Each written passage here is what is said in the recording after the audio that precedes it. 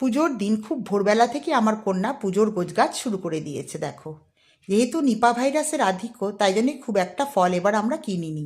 মিষ্টি দিই তাই ও পুজোর গোছগাছ করছে, থালাগুলোও মিষ্টি দিয়ে সাজাচ্ছে। আর ওদিকে আমার ছোট্ট বোনজি শাড়ি পরা কিন্তু হয়ে গেল, আর ওর মা ওকে দেখো চুল বেঁধে দিচ্ছে। কি ভালোই না লাগছে ওকে দেখতে বলো।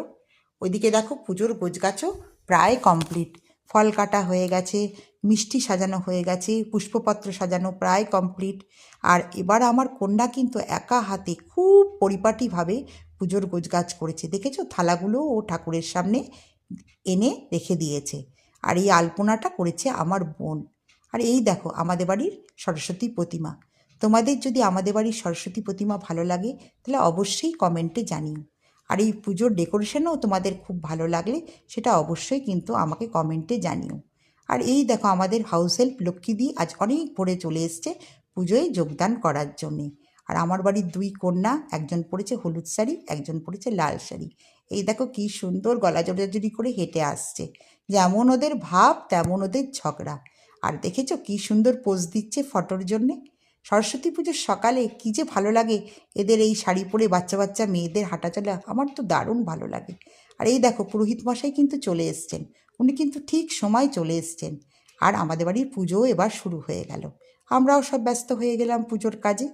আর দেখো আমাদের দুই কন্যা যারা উপোস করেছে তারা কিন্তু একাগ্র চিত্তে অঞ্জলি দিচ্ছে।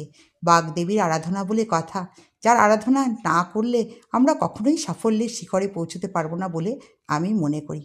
পুজো শেষ, এবার হচ্ছে প্রসাদ খাওয়ার পালা। দেখেছো, আমরা কিন্তু সব প্রসাদ খেতে ব্যস্ত হয়ে পড়েছি। আর এই প্রসাদটা বিতরণ করছে কে সেটা একটু দেখাই তোমাদের। এই দেখো আমার বোন কিন্তু প্রসাদ বিতরণের কাজেও ব্যস্ত হয়ে পড়েছে। আর ওই যে দেখো পাশের বাড়ির মেয়ে কৃষ্ণা চলে এসছে ওদের বাড়ির পুজোর প্রসাদ দিতে।